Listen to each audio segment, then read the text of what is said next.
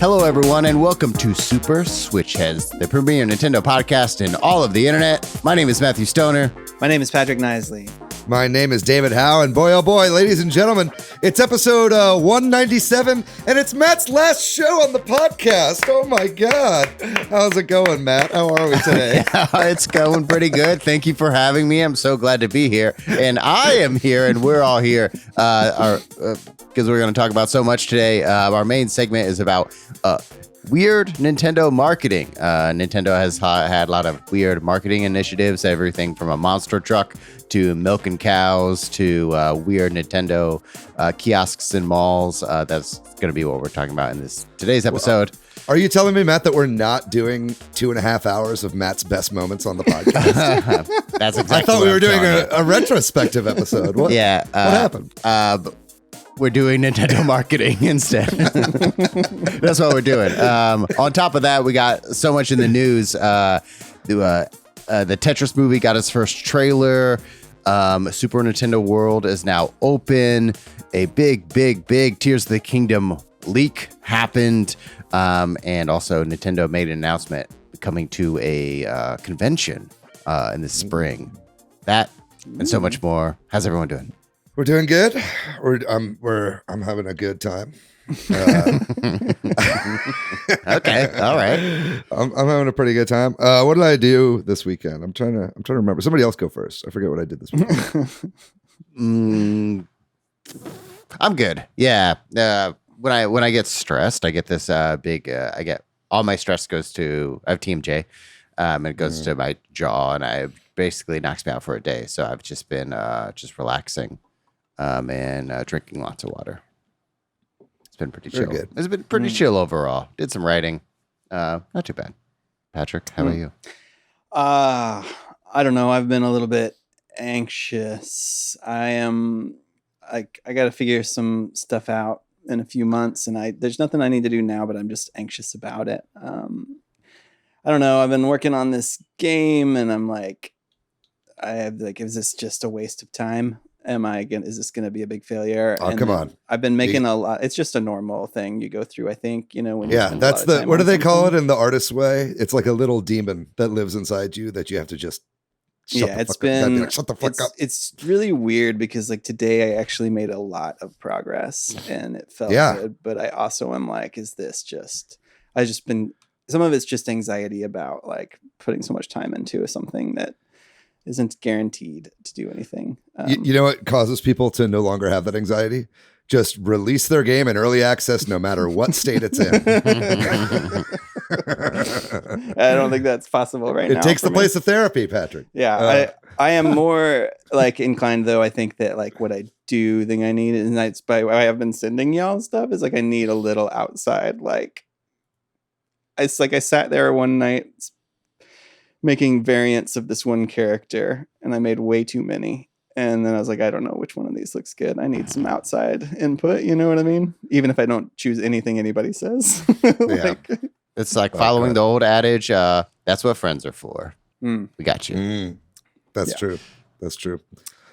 Anyway, I'm okay though. Yeah, I had a decent weekend. I stayed in for most of it. I kind of like just binged Chained Echoes this past weekend. I think I played like 13 hours of Chained Echoes this Holy weekend. Shit. It's just like, maybe not that one. Maybe like 11 hours of Chained Echoes this weekend. It's a banger, dude. But it's good. I don't know how far you are, Matt. We'll talk about it at the end of the show. But it's like, man, I'm really excited to do the JRPG Club coming up in March with the rest of the Discord and talk about this game because man, it is a good game. It took me a while to get into it, but I'm really loving it. I need to respond to your Discord question about when we're going to meet. Yeah. Hopefully by the time this podcast comes out, that answer will be answered. But yeah, if we play our cards right. And then other than that, we just found out too that we got media badges. We got press badges to the Electronic Entertainment Expo. If it is indeed happening, if it is a thing. But we did get in to E3 this year, so I'm very excited. And hopefully we can make it out there. We're got some logistics to figure out. But yeah, I'm excited. I haven't been to E3 in a really long time. But that's in June 13th. So we'll see. I'm Can't wait to see the Booth Babes. Yeah, I can't wait to see Tony Hawk half pipe. Maybe they'll unveil the GameCube. I can't wait. Yeah, the new Zapper. Let's go. Fun stuff. Okay. So we're going to do shout outs in just a second. But before we do that, we got to mention that this is Matt's last show. It's already been mentioned, but like we got to mention it again. I don't know. I'm going to mention it 2 more times probably. Here and at the end. Yeah. Yeah, I was going to say you have them planned out exactly where you're going to mention them. You're just in the middle of a conversation. Yeah. Okay. I will. I don't know. I will say a few of my favorite inside jokes. If you're a longtime listener, we say lots of inside jokes. Moncala. Yeah. Listing all 51 worldwide classics is a good one. Starting with Moncala, and I can only really remember like 6. And they're all the toy ones. Yeah, toy tennis, toy boxing. Yeah. So I pull up a Wikipedia page and start reading them. That's usually how it goes. I also I like shit. When we first started, we shit talked a Little Town Hero a lot. We did a whole episode on it. Yeah, I know. That was fun. And then grab and slap is also a fun joke. Grab and slap's a good one. Yeah, of how we describe, just remastering games. What's it's the so guy? simple. What's the guy who collects the NPD data? Biscatella. We got a lot of Italian, just mockery of the Italian language and dialect on the show. Man, there's too many good bits. I think we should do a retrospective of all the best bits on the podcast at some point. Yeah. Or we'll get a community member to write those up because it's hard for me to remember all of them. We'll do maybe not this year, but a March Madness bracket of the best bits. Yeah, we got some holes in the schedule coming up. Maybe we'll fill it with a March Madness bracket. All right. Well, we'll mention this again, but just wanted to pay some lip service there and say thank you to Matt. Yes. We love you, Matt. Don't be a stranger. Never. So some shout outs. Last week we went over the big February Nintendo Direct. That was a big old episode, and we got some nice comments over on the Discord. Eelvac said, great episode. Karuseta mentioned, when we talked about Metroid Prime, he said that Jason Schreier on another podcast said that Metroid Prime Remaster Retro did it sort of in preparation for Metroid Prime 4, and that Jason Schreier isn't aware of any plans for 2 and 3, which kind of came up in conversation. Not that Jason Schreier knows everything, but he knows a lot. He has good sources, I guess we should say. He doesn't know how to be a kind, gentle person on Twitter. I'll tell you that much. Yeah. You guys kind of a dick. Over on our YouTube, Hans Gauger said that their theory on why white chocolate won the Splatfest was that white chocolate is more popular in Japan. And also that our podcast is definitely their favorite DC Feelings and Lawyer podcast, which is some other good bits. There you go. That's a good one. That we did not mention. Yeah. This is a Matt's last episode podcast now. That's a good joke too. It's insert we are this podcast now. Yeah, that's a good one. The joke that Cat Bailey stole on Nintendo Voice Chat. Yeah. I don't forget. I might look like I do, but I never forget. And then over on Twitter, Tecmo Zach also was excited for about our last episode and also retweeted it along with our friend Lee and EXEE21. Thanks y'all for the retweets and the comments and all that. We appreciate that. If you're listening to today's episode and you have any thoughts on anything we say, please do send us a note and we'll try to shout you out next time. And then, hop over to the YouTube and like and subscribe. Definitely watch this one on the YouTube because the video quality is about to go down without our friend You Matt. don't have to say that. Matt does the video. Matt does the video, and I'm going to take over, and it's going to be great. It's going to be fantastic. We'll see what happens. It's going to be awesome, y'all. Check out. It's going to be great. Manifest that. Yeah. We're going to move on to news for the week. So first up, as Matthew mentioned, there has been a Legend of Zelda Tears of the Kingdom spoiling event that has happened. The art book has leaked early. Now, this means if you want to, go into Tears of the Kingdom completely blind, you're going to have to try to dodge these art spoilers. I don't think there's actually going to be, that as hard as it sounds. because I think, these are Nintendo will probably strike anybody that puts them out there.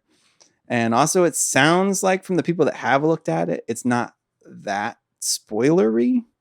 And like it's some concept art and you'll see some things, but nothing like, at least it sounds like, I haven't looked at it myself.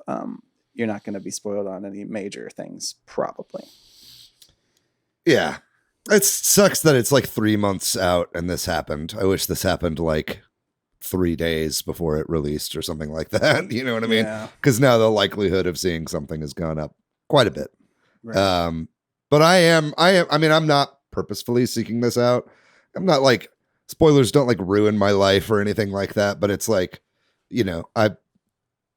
like we were talking about last episode, it's like pretty amazing that Nintendo's even in this position where they can like not show anything about this game and know that everybody's going to buy it. And so I think that's pretty special. So I'm going to just keep trying to do that as best I can. Like if they release marketing material that's like official marketing material that shows off the game, I'll watch that. But like something like this, I'm probably good on. Although it is good to hear that it's mostly inoffensive, hopefully. Yeah. I accidentally stumbled into a couple of images. Curiosity got the best of me. The blurred images. I clicked on a few, but it's overall fine. Yeah. I'm excited for this game. Can't believe this is happening. Whoever leaked it, that relationship with the vendor is probably dead. And then Nintendo, it's been announced that Nintendo is going to have a booth at PAX East, which is not too far away. It's about a month from now, coming to Boston on March 23rd through the 26th. So what Nintendo will have at that booth? Probably this art book. No, I don't know. A PDF version. Blurry art book images. You got to think that, I mean, they have that big statue of Link with the blue hand, right? Yeah. I bet that'll be there. I bet that statue will be there, which is just a big version of the amiibo, as was revealed later.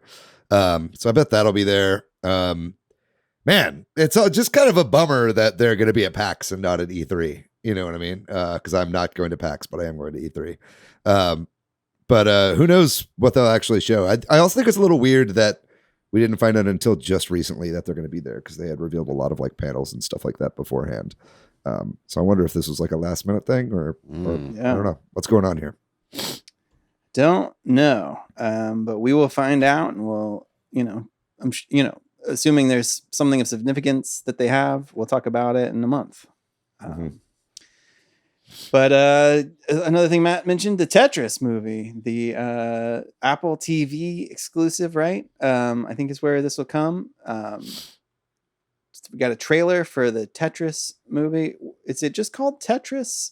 Just Tetris. Just called Tetris, right? Tetris with a little trademark restricted thing next to it.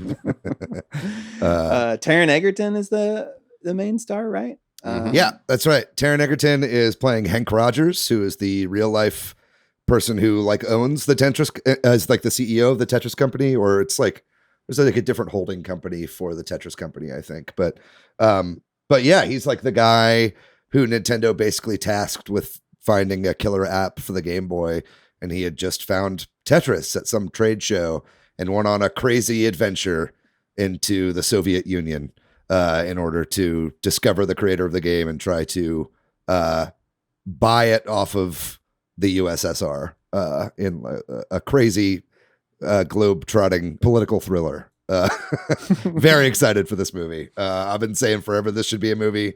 I was working on my own Tetris script for a while, but then stopped whenever I heard this movie was greenlit.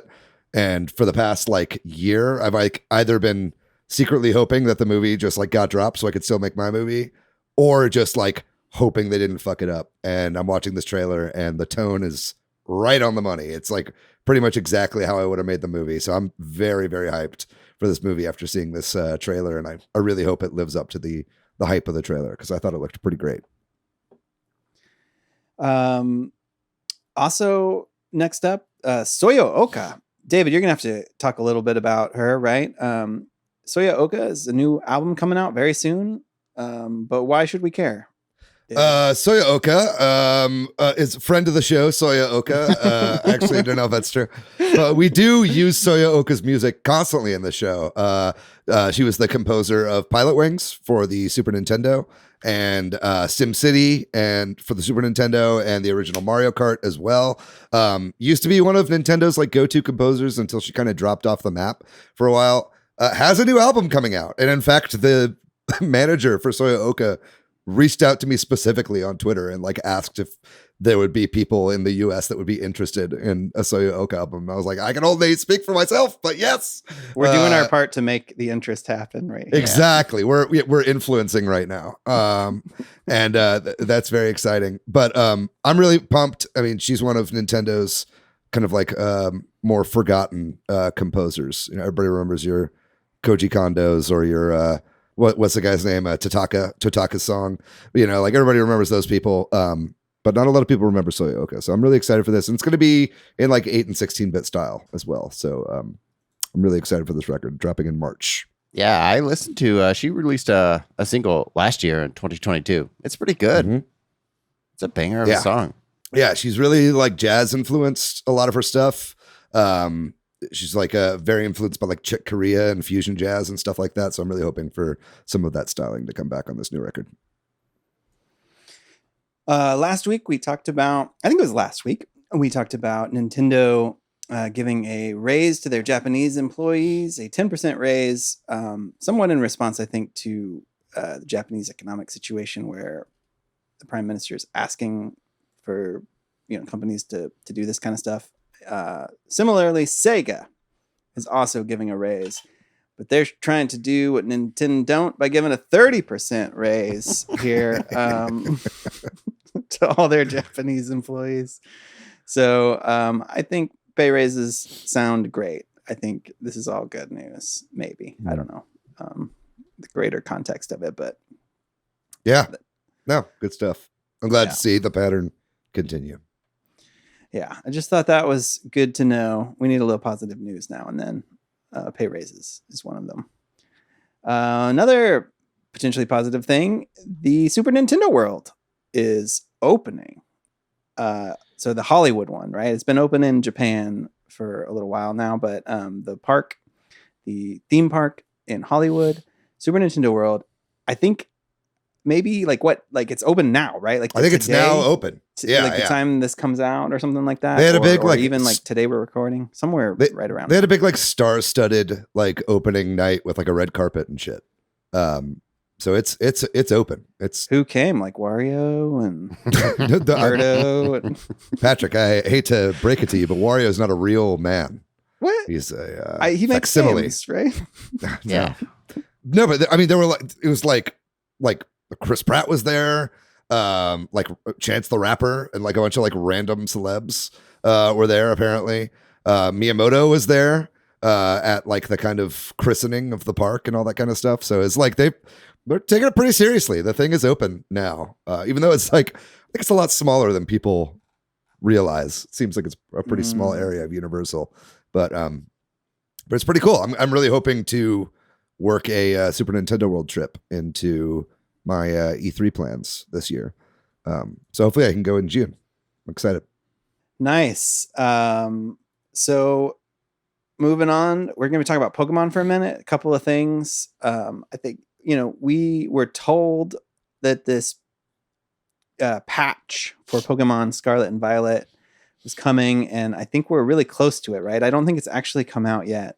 But we know it's going to happen sometime in the next week or so because they said the end of February. But I guess we don't have a date yet, but we're coming up on that. But what we do know is some of the actual things that are going to happen in the patch, strangely, they have released that information. Not telling us when, just what.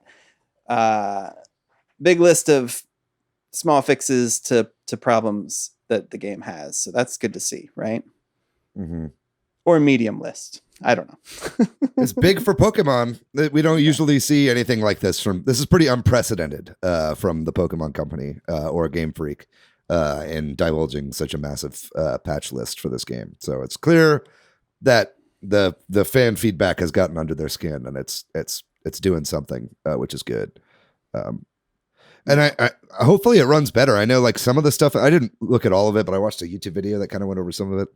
And it seems like in some areas, they're just decreasing the number of people in an area and the number of Pokemon on screen to make performance better.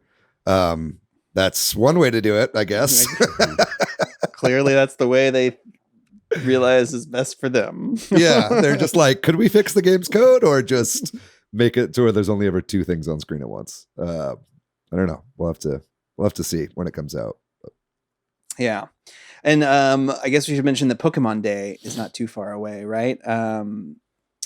So they might tie that into to Pokemon Day, that patch, right? Yeah. Right now it says the official support Nintendo support article for this says this version is scheduled to the end of February.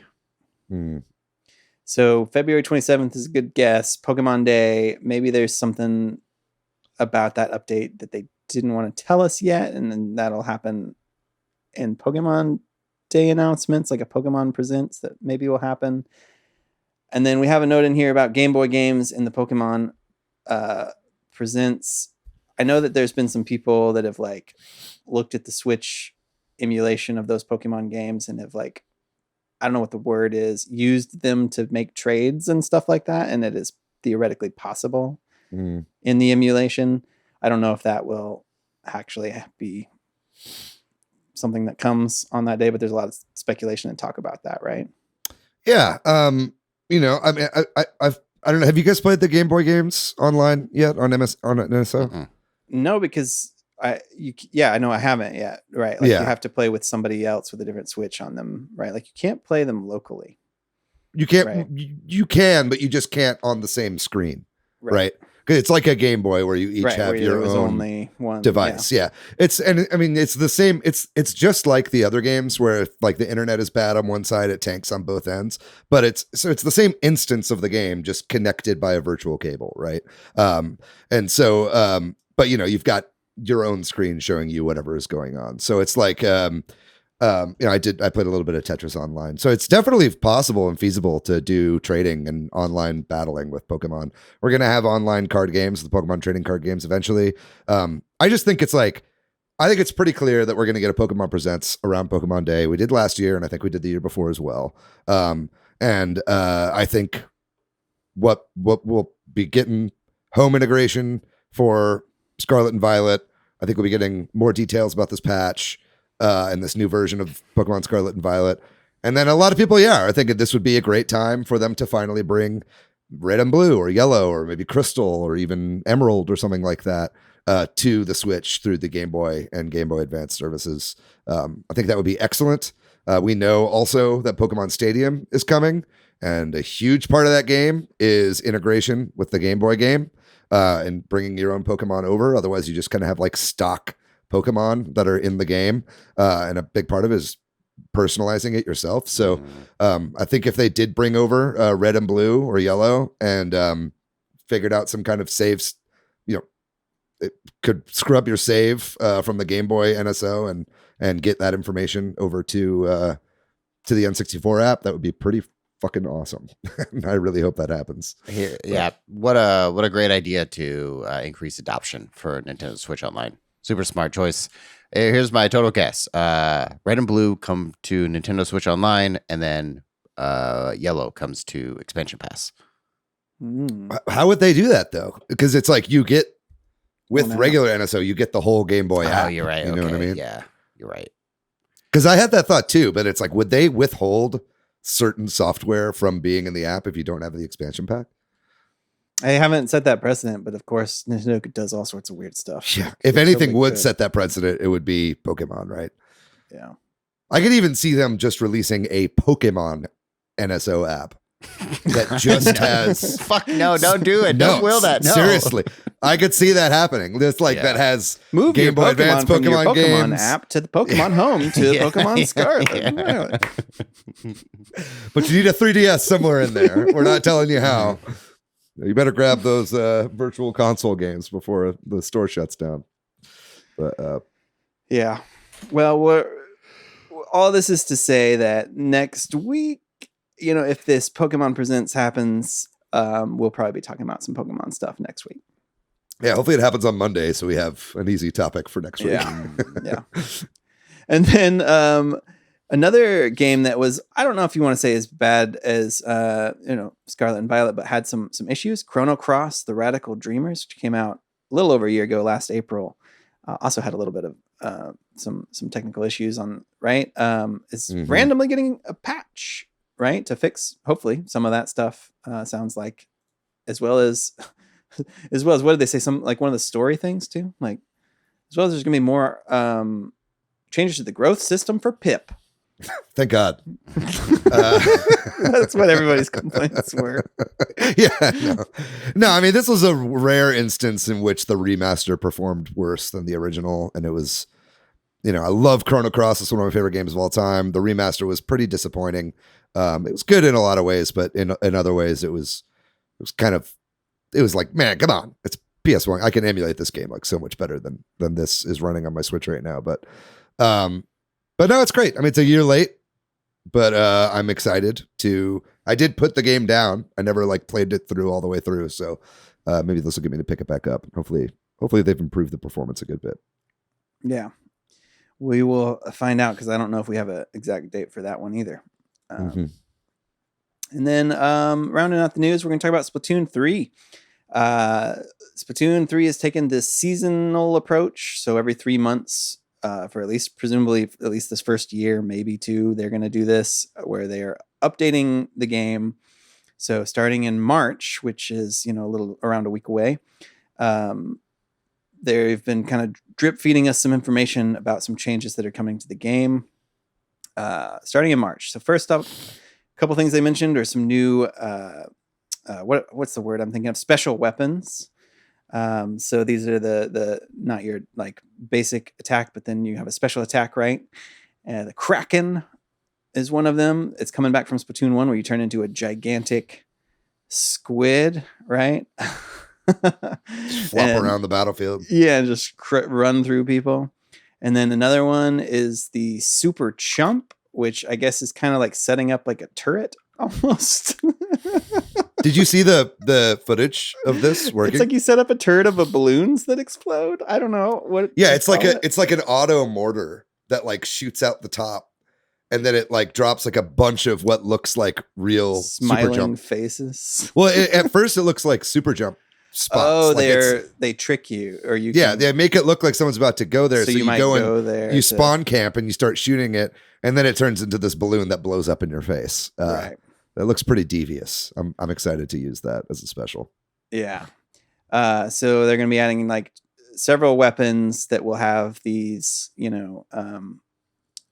variants of weapons, presumably, and maybe some new ones too. I guess the Crash Blaster Neo and NZAP 89. We're getting more and more stuff, and then also they've been showing off a bunch of Salmon Run stuff. Just even today, the day we're recording this, they showed off a new King Salmonid. I should have put this in the notes. The name is something like Horoboros. It's Horoboros, like an Ouroboros, but it's a Horoboros. Oh, I didn't even get the snake, the snake eating its own tail symbol, connection, because it looks like a gigantic flying Chinese dragon salmonid thing. Mm-hmm. I bet you anything it's gonna spin up into a circle and then spin at you like a wheel or something. Yeah, it's called a Ouroboros. Yeah.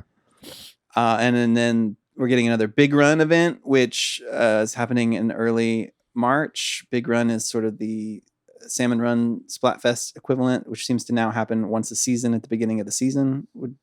We can predict based on this information.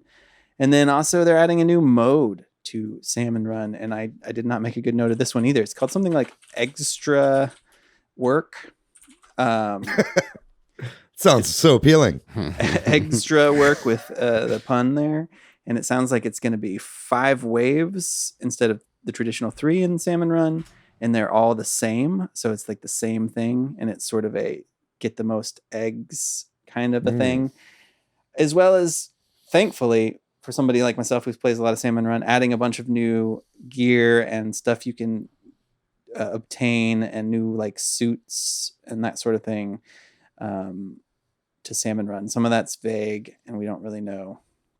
Content I will most likely never see because I come can't play a unlock little bit. anything. Yeah. But that's cool.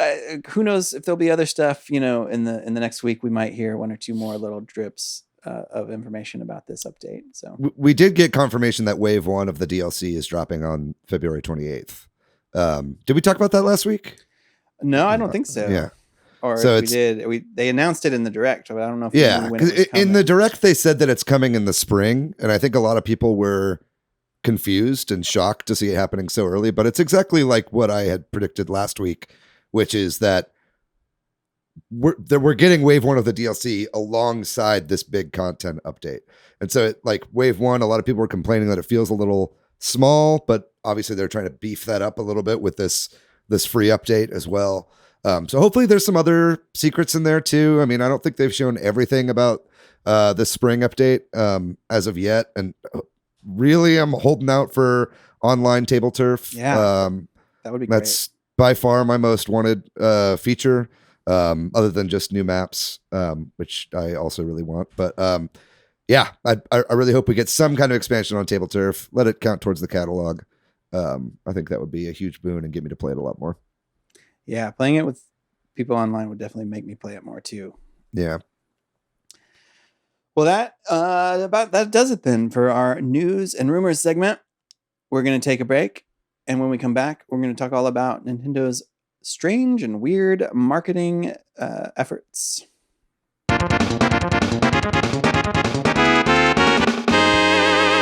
This week we are talking about weird Nintendo marketing events and strange choices they've made, sort of fun and bizarre things they've done to promote the brand and individual games over the years. Most of these are older, right? I can't think of any super recent ones. I'm sure we could. Maybe. We'll try. It's hard to do weird publicity stunts in the era of COVID, isn't it? Yeah. In the era of just weird publicity stunts being a little normal too. Yeah. Maybe they're, also like the internet exists and you don't have to do as much weird stuff now to get in front of people, maybe is part of it. Right. Because a lot of this stuff is probably people being like, how can we get, access to these people? Right. Yeah. That's what's always interests me about marketing generally is like, how do you capture a new audience? What new or weird thing can you do in order to tell people about your brand? Anything from like, McDonald's toys to Nintendo putting N64s in McDonald's across the country. That's a good one. Yeah, that's true. Every McDonald's had an N64 and then a GameCube. Didn't they do GameCube? Yeah, they did that? GameCube too. Yeah. Yeah. Man, what a deal. And now lots of kids' dental offices have N64s in them. They still have N64s. So like my kid's old pediatrician had an Nintendo 64 that barely worked. You know what I mean? And then the one his dentist has like a PlayStation 1, maybe a PlayStation 2 in it. I think these are just legacy things that have been sitting there for a while.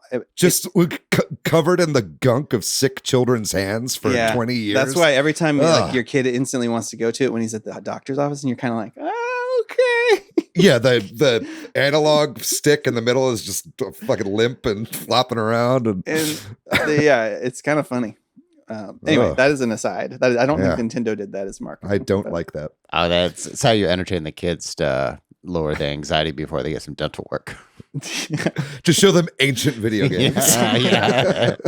A lot of, can you get me past this weird part? Sure.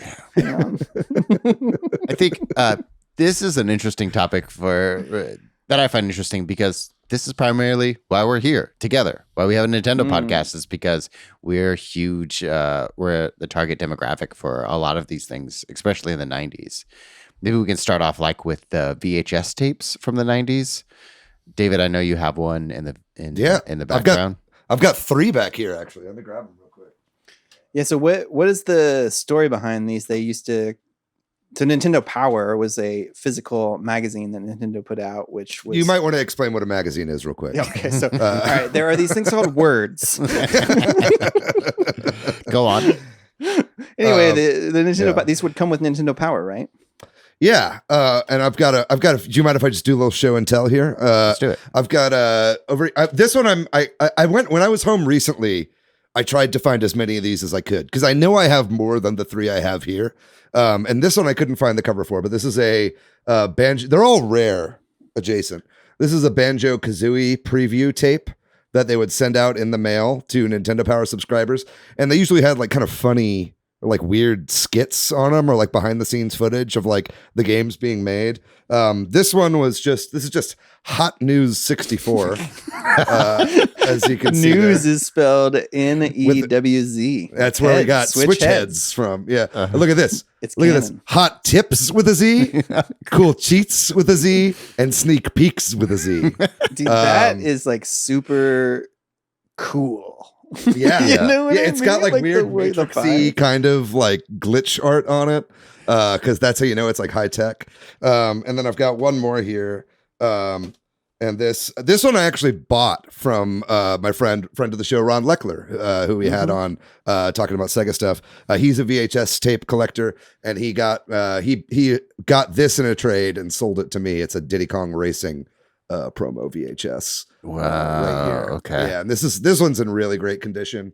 And they used to send these things out all the time. And there's a really great one, Matt. I implore you, if you're able, to try to pull up this video. But it's of the Star Fox, like before Star Fox came out. It's bizarre. It's like it features a guy in like a Sony shirt and a guy in a Sega shirt, like torturing Mario, like a doll of Mario. They're like squeezing his head to try to like get them to tell them secrets about the new like Star Fox game that's coming out. So they would do all these. Yeah, Mario, he's the president of Nintendo.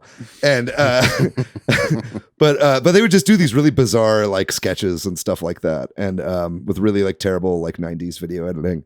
And those are a delight. Did you guys ever get any of these? Were any subscribed to Nintendo Power? I wasn't a subscriber to Nintendo Power, but they gave these out at my local Toys R Us. And so like the cool Banjo-Kazooie VHS, the Star Fox VHS, and like they had like a holiday. This was like N64 era for me. They had like a Christmas holiday where I used to watch like Star Wars Rogue Squadron was a segment on the December holiday VHS tape. Yeah, these were I played these a lot when I was growing up.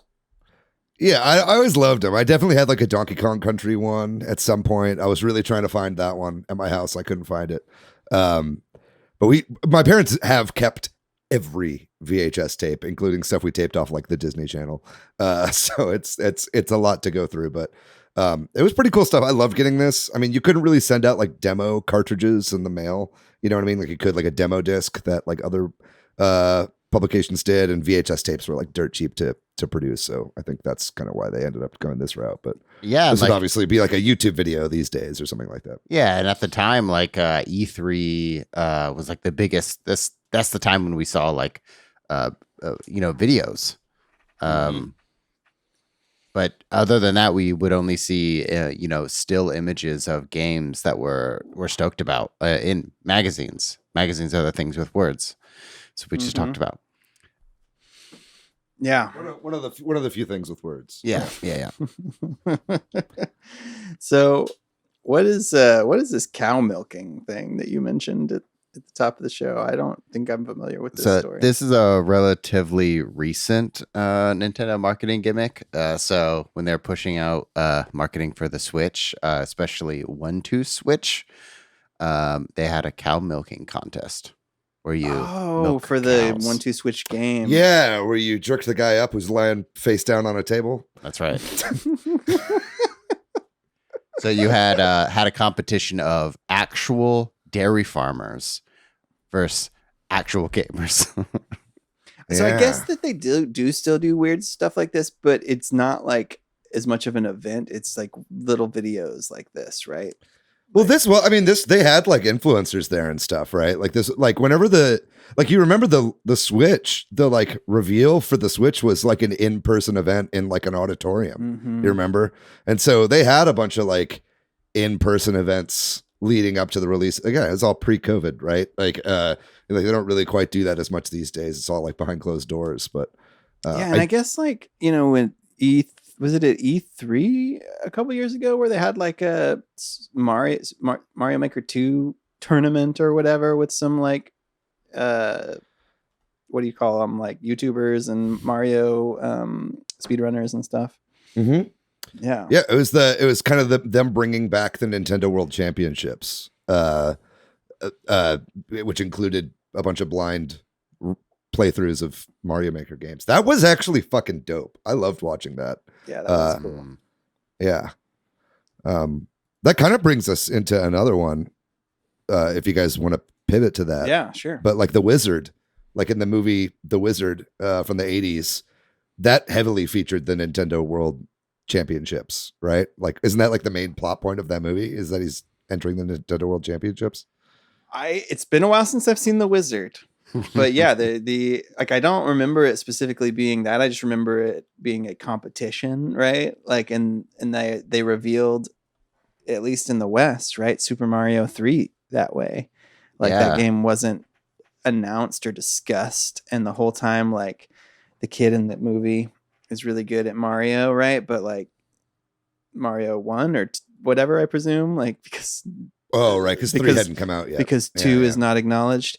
And then like they go to this competition. It's like, but you're going to be playing a game nobody's played, you know? It's like, this was the weird time too, where there was lots of legislation in the US where you couldn't make something blatantly, couldn't be a blatant advertisement, which is The Wizard is. If Nintendo had it, their way, and there wasn't legislation, it would probably be called like Road to Nintendo, or name something other than The Wizard. It would be The Wizard featuring Super Mario Brothers 3 for the Nintendo Entertainment System. Yeah, exactly. Yeah, with Power Glove featuring. Yeah, Power Glove. featuring. And or Power Glove, a story. Have you guys seen this movie? Was this movie a part of your childhood? Yes, it was 100%. for me. Yeah, I remember. See, well, it wasn't for me. I've only heard old wives' tales about this movie. Have you not seen The Wizard? Only in fits and starts. I've never seen it start to finish. Wow. Okay. I haven't seen It's it weird. in a long time. Like I don't know that I've seen it since I like saw it in the theater or like whatever when I was a kid. So my memories of it are much, filtered through that. But I remember the Super Mario Bros. 3 thing being like a big deal, like being like, holy shit. Like they just announced a new game through this, but I didn't think about it in terms of they announced a game. You know what I mean? Because I was like, it was just like, there's a Mario 3. You know? Yeah. What I mean? Hey, 1989. This was the best video game movie that we had.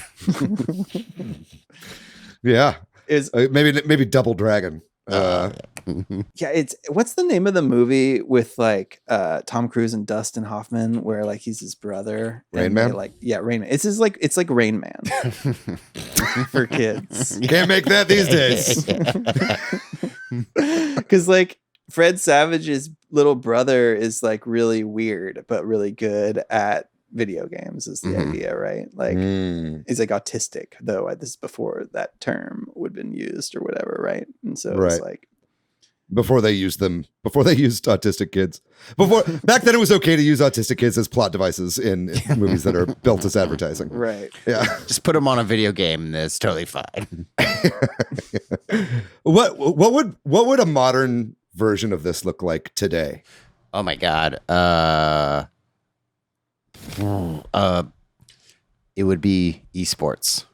But you'd have to Yeah. have It the would be- Rain Man part of it, right? So like They'd reveal a new like Call of Duty Zombies or something. Halo, yeah, something. Yeah. Yeah. It would be a big competition, and then there'd be some big reveal at the end. And then the CEO of Blizzard comes out to say that Taiwan is not a country.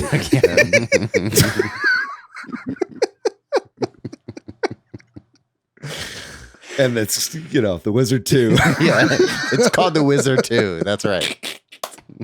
Dude, the Lego sequel is a real thing. The 30-year sequel. It's You think we're going to time. get Fred Savage and Jenny Lewis and the Oh Mario my movie God. pops off? You think they bring back the cast as adults and they push Mario Odyssey or something like that? Yeah. Super Mario. Like, yeah, he's really good at Super Mario. Like they're in a casino. I mean, it just the Rain Man vibes are so heavy to me in this. Like, Fred Savage and Jenny List are using this poor brother to like make money at a casino, and then there's like they see some flyer for esports, and they're like, we got to do this, and then it turns out it's Super Mario Odyssey 2. Then when they get there, right? Like, or like a Mario speedrun like competition. Anyway, what else we got here? The Wizard was a weird one for sure. We should have a meetup where we all watch The Wizard. I need to watch that movie. I've never seen it all the way through. I can't imagine it's good, but I don't know. Maybe the one that makes me laugh most ridiculous way is like the Donkey Kong has a monster truck. I did not know this. Have you all ever been to a monster truck show? Are you guys from the Midwest? I've been to one. I've been to as many monster truck rallies as I've been to rodeos. Okay. Which I think of in the same kind of. It's like a rodeo with cars, basically, right? It is ridiculous. It is the most absurd thing. You need to go. You don't need to go. Yeah, but it's fucking ridiculous. The trucks you probably should go. The trucks always break down. They almost never work. And it takes a long time, but when they hit a big ramp, people lose their shit. It's fucking weird, man. It's so weird. So Nintendo had a Donkey Kong truck, monster truck. I think it started in 2007. It looks. I'm looking at a pic. It looks just like him. Yeah. I'm looking at it. It's like got his like the grill is like his lips. Like the front of the car is like his mouth. Yep. That's they did so a great weird. job. It looks like him wearing sunglasses. Oh yeah, you're right. It does. Man, that's cool. The thing that always impresses me about all this is like someone greenlit as a way to market Nintendo, specifically Donkey Kong games, to the monster truck audience. Like, is that a demographic that people don't play video games or people don't play Nintendo games? They need to be. That's a demographic that needs to be reminded of Donkey Kong. He crushes things and throws barrels. That's similar to monster trucks. Yep. Interesting. So it looks like the Donkey Kong monster truck ran from 2007 to 2010, and I was just looking up what Donkey Kong game that would be advertising there, and it looks like Donkey Kong Country Returns for the Wii came out November 21st, 2010. So was this like a 4-year buildup to that? Were they also advertising like Donkey Konga or Jungle Beat along with this? Like, were they like Jungle Beat sales are really low and we made all these bongos? And I think there's a lot of crossover in rhythm games with like monster truck crowds. And maybe that's what they were trying to do with this. I don't know. It's gotta be. But I'm reading here that apparently it made its debut by emerging from a gigantic Donkey Kong barrel. It came from a barrel? But there's a barrel that could hold a monster truck? We love that. Oh, weird stuff. That's cool. You got some other sports sponsorship related stuff on here, Matt. Yeah, this other one I don't know too much about other than Nintendo for a little while sponsored a dragster. Like drag racing. Yeah, like drag racing. And so they have like a whole machine and like a whole outfit all about Nintendo. Man. Yeah, I'm looking at the like jumpsuits on here with like the Nintendo logo on that. That's a sexy looking fit, dude. I would love that. Yeah, this is like early 90s Nintendo. This is like, like how you'd see Marlboro still on, F1 cars and stuff like that, I guess. Exactly. Yeah. Wow. That's another one where you're like, drag racing is not really for kids. Like, you know what I mean? Like, it's kind of dangerous and I don't know. People like to watch it for when they blow up. Wow. Well, they don't put kids in the cars. It's like consenting adults that are ready to die. Have a death wish. Yeah. Yeah. Oh man, some of the photos on this link you shared, like there's like a Mario person in a Mario suit next to it with some people in Teenage Mutant Ninja Turtle suits. What an image encapsulating an era right there. Do you like video games? I bet you also like the Ninja Turtles, but just Leonardo and Michelangelo. Fuck everyone else. Dude, that is a good photo, Pat. Apologies to all the podcast listeners for this entire episode. Basically, we are just kind of like looking at old photos from the 90s on this episode, but no, that's really cool. I love I'm that. surprised that Nintendo didn't do more when they don't still own the Seattle Mariners, do they? No, they sold that. That was Yamauchi, wasn't it? Who bought that? Yeah. But they had like a majority stake in them, right, at one point. Mm-hmm. But they never really did anything that I know of. I wonder if they ever did do small Nintendo promotions at games or something. Yeah. Or maybe they couldn't because of some reason. You know what I mean? There's a couple weird ones. I think they did have some like DS cartridges or something that they would sell. I know like that's very similar to like the Louvre in Paris had a DS game and they would hand out DSs for you to use while you're walking around the Louvre. You would hold them like kind of like in book mode, like you would for Brain Age or something like that, or brain training. Oh yeah. And they had a DS game and a 3DS game, and they switched to 3DSs after a while. So Nintendo had like a partnership with the Louvre Museum in Paris, and I think to this day, those are some of the most expensive DS carts that you can buy. Because they're obviously bespoke to like the gift shop there, or even just being passed out to people and then returned when they exit. I'm looking this up, and apparently with your DS at the Mariners games, you could order food and drinks from your seat. That's so fucking cool. Using your DS. Yeah, I love that.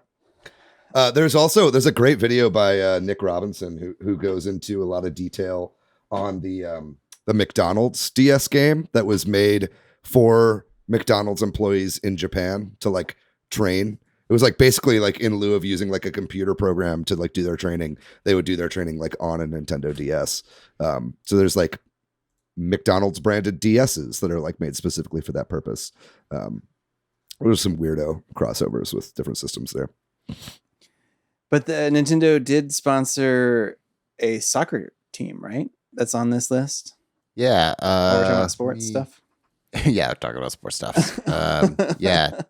I mean, an Italian one, or yeah, there's tons of football, soccer here in the US, if you would call it soccer, because we're weird. But there's tons of sponsorships for video games generally. But Nintendo sponsored one in the 90s. I don't know how you say the name. Fiorentina. Fiorentina. I assume they're Italian. Piscatella. I'm looking it up. They've got to be Italian, right? Yeah, I would imagine so. Yeah, they are. They're in Tuscany. Yeah, lots of like sports sponsorships and stuff like that. You have one thing in here about wrestling too, Matt. Oh yeah, that ties in. That's a sport. It's real. Yeah, it's a real sport. Yeah, what is this? The Summer Slam or Slamfest '99? I think you have in here, Matt. Yeah. Can you tell us a little bit about this? Yeah. Everyone probably knows. If you grew up in the '90s, you saw the Super Smash commercial where there's these big mascot costumes where Mario is fighting Yoshi and Yoshi is fighting Donkey Kong and Donkey Kong's fighting Pikachu or Mario. These costumes came from this event. What'd you call it again? Slamfest '99. Yeah. So this was an event that happened in Las Vegas in April 24th, 1999. And essentially, this was a way to promote Super Smash Brothers. It was a wrestling ring. They had a ref, and they did some fighting, and the characters punched each other. And you could get tickets to this event. But there's no video footage of this event. But there's they just recently someone uncovered a bunch of old photos from this marketing blitz for Super Smash. Nintendo tried to have them destroyed, but alas, they persisted. There definitely was video, though, because you could see in these photos somebody filming it. So, right. Yeah, that's crazy. Do you think this is what Miyamoto had in mind when he made the first Mario Brothers? that the new character that is jumping around like would fight that like donkey or that like monkey character that he made before to a bunch of American children in Las Vegas. Do you think that's what he had in mind? Oh yeah. There's this one photo where Yoshi is tripping Pikachu, and this is what he had in mind for sure. Oh man, boy. that's really great. I would love that. They should do that again. Yeah, this is interesting to me because this is one of those marketing situations that is probably affects a small number of people in like a specific region.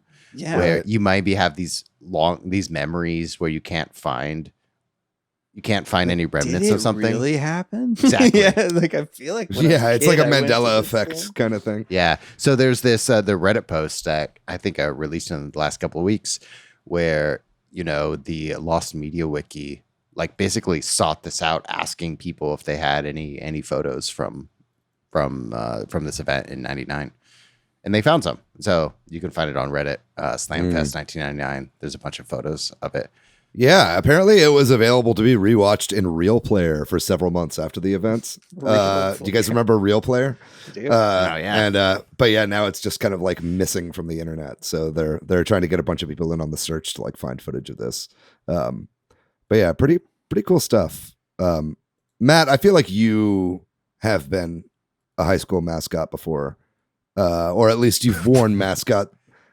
You give me high school mascot energy, first of all. But secondly, I know you've worn a bunch of like mascot suits before. Like, have you ever taken like a hit in like, has anyone like punched you or like knocked you to the ground in a mascot? Like, does it protect your body like to fall down? No, it doesn't protect your body at all. But this is weird. Maybe Patrick, you can, since you also, I know like puppets too. But mascots unlock like this childish behavior from adults. It's really strange. It's a really it like people switch to children really fast. And so like boundaries don't exist anymore.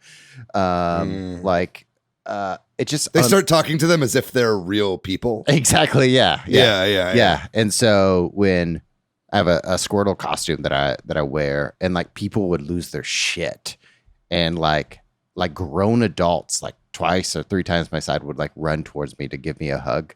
And I'm like, is this just a costume that doesn't give me permission to hug me or to like push me or to like take pictures with your entire family? It's weird. Yeah. I took pictures with kids when I saw Sonic the Hedgehog 2 in theaters in my Sonic costume. Yeah. Yeah. The power of costume, it really changes things. Damn. Well, we gotta talk about this one thing you have on here, which is this GameCube celebrity event. Mostly because the photos from this GameCube celebrity event are like peak late 90s. It's like it's early like 2000s. It's whatever, like that era. 2000. Yeah, but it's what it's that funny thing that people think is the decade before, because it's usually the lines blend between decades. So like. A lot of stuff that people think of as, I don't know, 90s is early 2000s really, or whatever. Like, and definitely the like, I don't know, the way that all these people spiked hair of these celebrities, and a lot of frosted tips. Yeah. The celebrities they have, like Nikki Sixx from Motley Crue. A very stoned looking Bradley Cooper. Yes, he looks super stoned in that, and then a lot of Scarlett Johansson, but when she was young, like a kid, like a child actor. Yeah. Oh man, Paris Hilton has some great photos from this event, for sure. I think there's a very famous photo of Jason Alexander from Seinfeld, like looking like he just like got caught in the middle of something, like holding a GameCube controller. And I think somebody recently actually asked him about that photo on a podcast or something, and he was like, I don't remember that photo being taken. I do not remember this GameCube event. I don't remember why I was there. he was I think also they just, stoned. Yeah, I think they just like really, really boozed up these celebs before they all played Smash Melee. This is a great photo. If you're watching the video version of this podcast, I have this photo pulled up, and it's very funny. He's standing in front of a Nintendo GameCube kiosk, and he's like peering over her shoulder. He's making a face that's like, am I doing this wrong? Or am I playing this game right? It looks like they tried to catch a photo of like Bigfoot in the wild. Yeah. That's the one they got. But there's other great. I mean, we got the Mr. Show boys that there's a photo of David Cross and Bob Odenkirk both playing Smash from what I imagine is this event. And everybody's just kind of like holding the GameCube like a sensible clutch. You know what I mean? Like at their side. Like I know Paris Hilton kind of holding it up like a purse or something like that.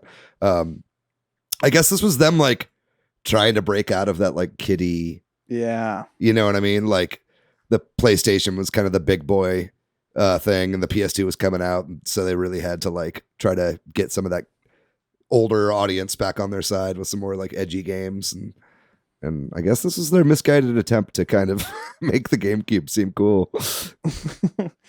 It just looks so weird in retrospect, right? Like just the style of these celebrities is part of it for me. Joe Pantoliano was there. John Turturro. Yeah, John Turturro. Man, I think this photo of Alan Cumming holding up the GameCube really sums it up really well. Thank God for Getty Images. If you'd like to buy a large version of this, it's only $500. It's $499 for a 1440 by 2160 pixel image of Alan Cumming holding up this black GameCube. Or you could just go in and Photoshop out the Getty Images logo, baby. Yeah. It's not that hard. I've done it before. Man. That is a great gift for any Super Switch Head host. You can print off it, put it in a frame, and send it to us. We'll give you our P.O. box. Yeah, we do accept $500 JPEGs. Well, we'll head towards wrapping this up, but there's at least one more on our list here, mentioning when Nintendo settled a lawsuit. David, I think it was you that included this one. Do you want to give the backstory to this one? Yeah, unfortunately, I don't have like a ton of the information here, but I know that a big part of it was that there was a class action lawsuit from the state of California, and a lot of like families were really upset for a few different reasons. One of them was price fixing of Nintendo games with like the kind of Nintendo seal of approval, and they kind of really controlled the market at this time. And then in addition to that, the Super Nintendo came out and like replaced the original NES. And I think a lot of parents were really pissed off about that because it wasn't backwards compatible. They had bought all these games for the old system. It didn't work with the new one. And they were like, you're going to make us buy a new system and all brand new games. This is ridiculous. This is still like a very new concept for a lot of like families in the West. Right. And so there was a big class action lawsuit. And the way that Howard Lincoln, who was kind of the ad hoc kind of leader of Nintendo of America, he was one of Nintendo's lawyers, but he was kind of ended up being like a spokesperson for Nintendo throughout a lot of the 90s, basically came up with this devious plan in order to, like the way that they ended up paying off this class action lawsuit, they ended up paying everybody out. Instead of like actually giving people money, they gave them coupons in order to buy more Nintendo products, right?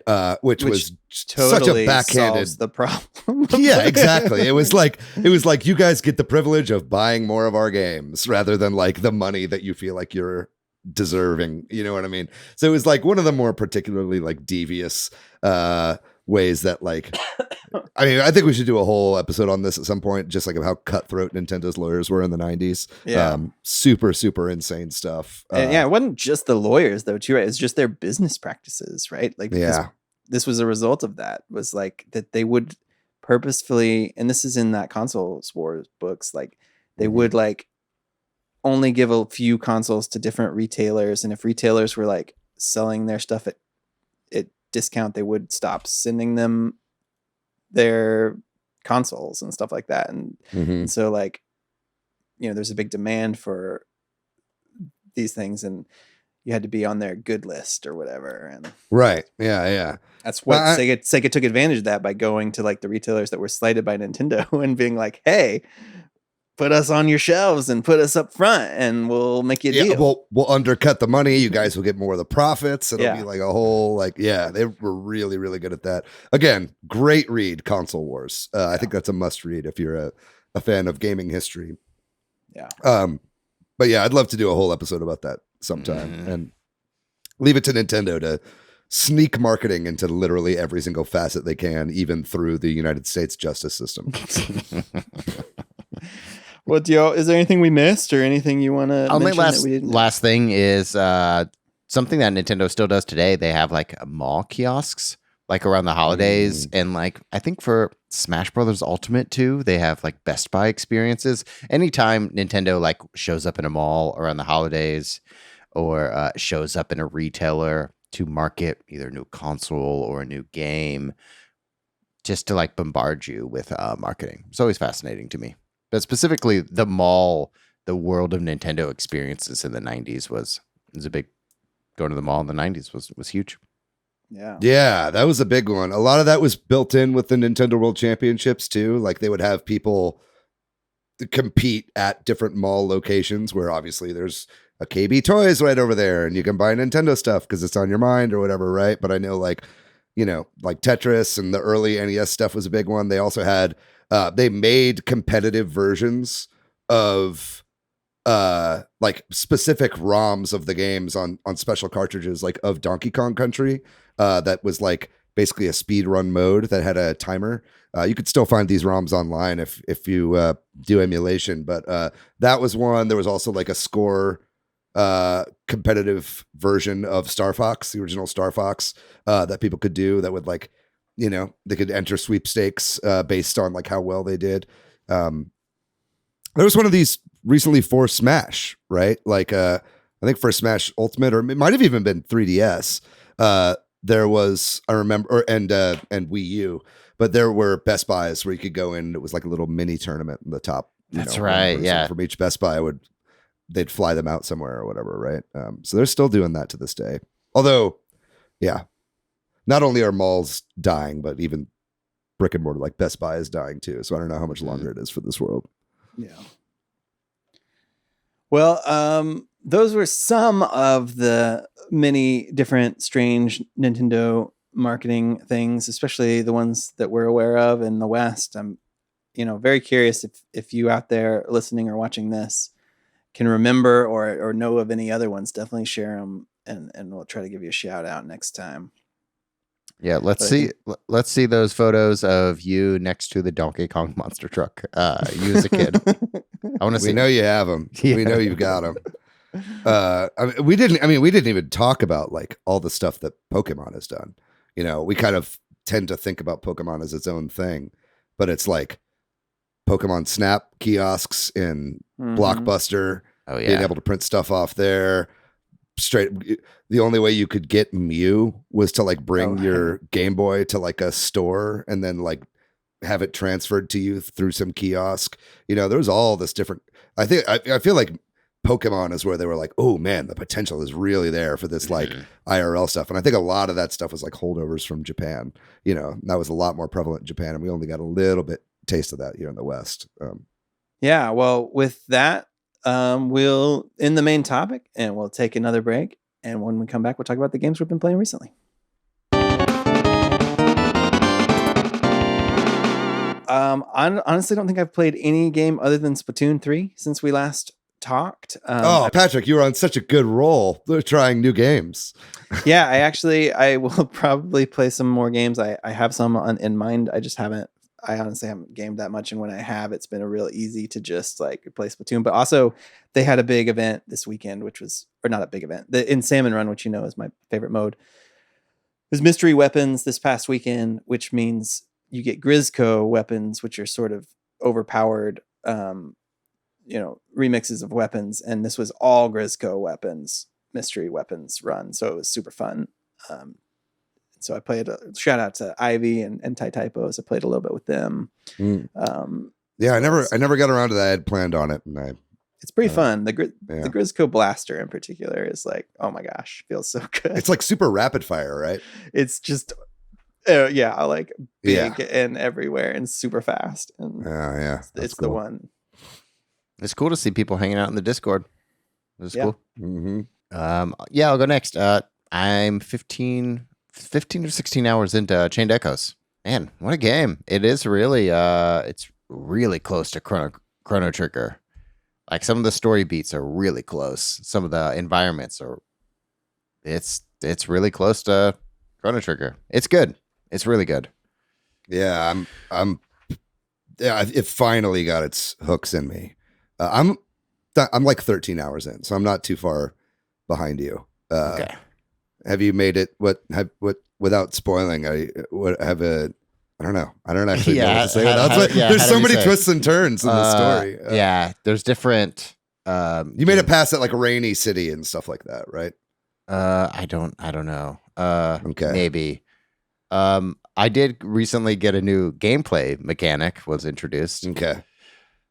I think I know what you're talking about. I'm not there yet. Okay. But yeah. But man, it is good, and it continues. The story continues to surprise me. Mm-hmm.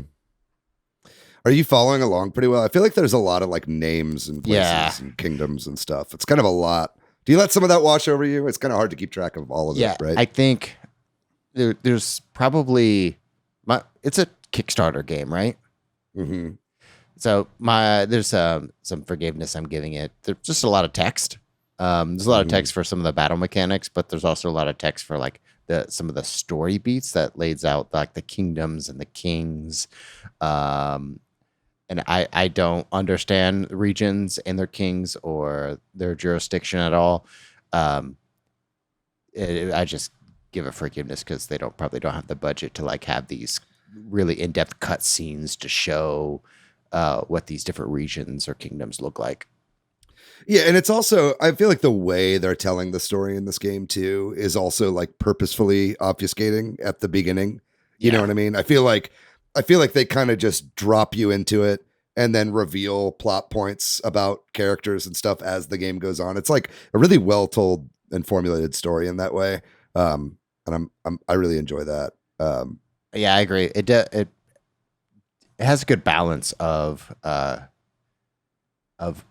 telling you about the world without revealing like too much. So there are moments when it does overwhelm you with names, but for majority of the time, it doesn't overwhelm you with like kingdoms and the regions. And you kind of like learn stuff like as the characters are learning stuff too. So it kind of like does a good job of putting you in characters' shoes, even though there are like a bunch of different perspectives that the story takes place from. It'll like go to different members of the party like at different times, which is really cool. What do you think about the music in this game, Matt? I think the music is good. I want a little bit more from the music. Oh yeah. Yeah. Some of it hasn't really like sunk its teeth into me. This music, it doesn't like it's not up there with some of the greats. But it's still pretty good. With like full understanding of what this game is. It's a Kickstarter game. It's like one of their first releases, and it's good for what it is. I think I have a little little bit increased desire for better music or more variety in music. What do you think? That's crazy. I'm like blown away by the soundtrack. I think it's like so good. It's stuck in my head right now. Like it's been stuck in my head all day. One of the songs from this game. I don't know. I think it's. I mean, there's a few. There's like the one. There's like the ones that are like when you're like in like a town or like a little hamlet, and it's just kind of like chill. Mm-hmm. Like these like the kind of like really gentle themes. I think are like some of the best songs in it, and so much so that I've like just left menus on and just like gone about my day and just like had it like continue to play on a loop for a while in the background. Like, I really love that music in this game for sure. But anyway, you been playing anything else, man? Just that. Very good. Yeah, I'll go next because I'm the last one. And I've also been playing that game. Really, really loving it. I think we've said most of that there is to say about it. And I also don't want to take too much away from the JRPG Club discussion because that's going to be a really fun one for this game. But I also kind of similar to Chained Echoes. I did try the Sea of Stars demo, which was released alongside the Nintendo Direct last week or the week before. Time flies. But it's also very good. It's another 16-bit top-down JRPG inspired game. Again, also very much inspired by Chrono Trigger, but also has a lot of like Super Mario RPG influence. I feel like it has a lot of crosscode influence. Has a lot of other it wears its influences on its sleeve. I think Secret of Mana, they also said it was pretty influenced by, or I think that was one of the games. But either way, that was a really fun demo. I can't wait for that game to come out. I think that these games look really similar at surface level, and they have a lot of similarities just in the fact that they're trying to emulate this kind of old feel of RPG, but the mechanics of the fighting is like very, very different. And I feel like Sea of Stars puts a lot more emphasis on environmental exploration and dungeons and like vertical almost like exploration. Like I feel like the stages are built like really, or the maps, like the top-down maps are built like vertically a lot. They're very tall. So there's a lot of jumping up and hoisting yourself up on platforms, dropping down, stuff like that. And then the battling was super fun. It had that kind of timing-based Super Mario RPG or Paper Mario style of battling where you press the button at just the right time, you can defend and block more, or if you press it right when you're attacking, you get an extra hit, stuff like that. There's like a combo system. Very, very cool. I can't wait for that full game. We're in a great era of 16-bit JRPG throwbacks right now. They're taking some real risks and kind of usurping expectations. And so that was really cool that came out. I did play some online Game Boy Tetris with AVK, like I said I was going to do last week. Ended up doing that. Had a fucking blast. We did, what was it? We did like we played it like tennis, which Tetris, the name Tetris comes from Tetra and tennis. And so we did it where it was like, because on Game Boy Tetris, it's the first to 4 wins like a set. And so we did best 3 out of 5 sets to win the match, basically. Mm-hmm. And it got down to the very last game of the last set of the match. And it was going back and forth between me and him. And I just did some bullshit at the very beginning. And I had to really fight my way back up. But AVK ended up winning that. So congratulations, AVK. That was a ton of fun. I really recommend playing Game Boy Tetris online. It was so much fun. And there's, a lot of people. I actually was at a bar the other day with somebody who ended up being a huge Tetris fan. And we just talked about Tetris at this bar for like a really long time with a stranger. We're Switch friends now. So what's up if you're listening to this? But he was saying that he was really worried about playing Game Boy Tetris online because he's so used to like the hold mechanic and like the auto drop and all that kind of stuff. And I understand that. And I also love modern Tetris with like the ghost block at the bottom and all that kind of stuff. And of course, all that's missing from Game Boy Tetris. But because your opponent also doesn't have that stuff, it feels really fair and kind of like exciting. And it's a cool way to play Tetris. So I really recommend trying out that on the Game Boy. And then lastly, I played some Splatoon 3 and stuff like that. But I think lastly, I want to talk about this really weird game called That's a Cow. Is a $2 game. It was $2 on the eShop when I got it anyway. It's I think it's That's a Cow Deluxe Edition, which is base price 80 cents cheaper than the just standard version of That's a Cow, which is also on the Switch. I actually saw this when I was watching, what was it? What's that IGN podcast? Game Scoop. They do a segment where it's like, I think they call it the Nintendo Seal of Quantity, where it's just like a shit ton of terrible shovelware games that are on the Switch eShop. And they showed this game off, and I was watching it, and I was like, that actually looks like kind of good. And I downloaded it, and it is kind of good. You play like a little like fabric cow that has a giant like loose udder in the middle of its stomach, and you just like spew out milk as like a form of like propulsion, and you like kind of jetpack. It's kind of an auto runner style game. It's very simple, but I was finding it surprisingly addictive. It was hard to put down. I think it's like a port of like an iOS game or something like that. But this was, I got it with gold points. It was a very cheap pickup. And I've kind of been enjoying my time with That's a Cow. Really fun. If you ever want to have a good time, go to the That's a Cow page on the Nintendo Switch eShop and read the description for this game. Very poorly translated through Google Translate with some really interesting wording on it as well. But that was a pretty fun game. And so I've just been fucking around with that, but mostly goes. That's a Cow. Read by Matthew Stoner. I am Nintendo Switch Headz. Soar through the air and don't get milked in this cute game. Jet utters. You are an animal rocket. Launch yourself and don't get shot down. New goodies every hour. Play with the claw machine every hour or after flying through enough levels.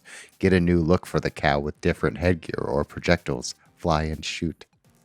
Spin and change direction. It goes on. Yeah, it's good stuff. But anyway, that's what I've been playing this week. Wow. That's a cow. That's a cow, gang. Can't say more than that. Well, that does it for this Matthew's last episode as a regular host. Matthew, thank you so much for doing this with us for the last 4 years. It's been a blessing. Yeah, I mean, I'm gonna get a little real here. I mean, like, bro, like this has been like some of my favorite shit I've ever done. I've told you guys this in our like Discord channel where we plan the show and stuff like that, but like I've done a lot of like creative partnerships throughout my life and a lot of collaborations with different creative partners, and this podcast has by far been like one of the most fulfilling and best creative partnerships in my life. And a lot of that has to do with like how cool of a guy you are, Matt, like, and how easy you are to work with, and how like kind and giving you are. You've been a great friend and host throughout these 4 years, man. Absolutely. I'd echo everything David said. You're really just great to have around, and I'm thankful to have had this time with you. I'm learning to receive the love, so thank you for saying the nice things. All right. Well, now, what do you like about us? All right. No, don't do that. We just wanted to tell you that it's been really special, and we didn't plan this either. Yeah. We just started this from the heart. It is, if all of y'all know, if you do any creative stuff, it is increasingly hard as you age to find committed creative partnerships in anything you do, in writing or in acting or a podcast. Things come and go weekly or maybe daily. And it's because life is so changed. So life changes so quickly sometimes. And we've been doing this podcast like we've released an episode every week for the past 4 years. Mm-hmm. And it's wild. It's wild to think that, you know, yeah, it's ongoing. That it's like not like I'm leaving, but from a hosting standpoint, it's wild that my Mondays will be free. That's going to be the first thing that's going to be a little bit weird. Yeah, right. What are you going to do? Are you just going to fucking sit there, my guy? I might. Yeah. That sounds nice, right? Yeah. Probably for a little while. But we'll see. But it's been great to watch our community grow. And continue to see it grow as we're approaching 200 episodes, and that's coming up soon. I'm looking forward to seeing what next is for Switch Headz, from like what the next few months look like, from like having different hosts on board and having trying new things. Going to E3 this year. Mm-hmm. Lots of stuff on the map for growth for this podcast. Looking over the past 4 years, man, it's wild, dude. It is really wild to like create something and watch it slowly grow. Yeah, very slowly, but it has grown. Yeah, dude, it's been a blast. We're gonna have you back for sure. Probably. Yeah. Spoiler, sooner rather than later for some special episodes coming up. But we'd also definitely need to get you back so you can give us a list of the 51 best celebs that were at the GameCube event. And Bradley Cooper, Jason Alexander, Toy Tennis. Toy Tennis. I think that was in November 2001. So soon after 9/11, they held an event like that. Can you believe it? Wow. How dare you, Nintendo? All right. Well, that does it. Thanks to Matthew for his wonderful contributions. Thanks. We love you, Matt. Yeah. To okay. Should I say nice things? Is it my turn to say nice things about you? No. You can on episode 200. Thanks to MilkyWay.co for doing our website. Thanks to Corduroy for doing our awesome music. If you're looking for me, Patrick online, I am PDYX. Hey, I'm Matthew on Twitter, MATHYOU. I'm pretty much everywhere on the internet at Monolith Fiji. And if you'd like to find our show on social media, we are at Switch Headz on Twitter, at Super Switch Headz on Instagram and Facebook. We got our website, switchheadz.com, and then we got our Facebook group and our Discord. Join the Discord just so you can continuously see Matt every single day, whether he be on the show or not. And we can all try to bully him into playing Fire Emblem Engage. So let's not put that down, gang. That's still a very good bit we can do on the Discord. Bullying works. Bullying works. We love it. We love bullies. All right, gang. That's going to do it for this episode. We're going to have a great episode for you next week. Bear with us as we figure it out exactly what we're doing. It's an ongoing situation. Me and Patrick, we're still going to be around. We might have some special guest hosts coming up. We might be doing some different stuff. It's going to be an interesting and fun time for the podcast. So make sure you stick around for all that. Don't go anywhere. We love you guys so much. Thanks for listening. We're going to be back next week. So until then, be safe, be kind to yourself, be kind to one another. We love you very much. We'll see you next week. Bye-bye.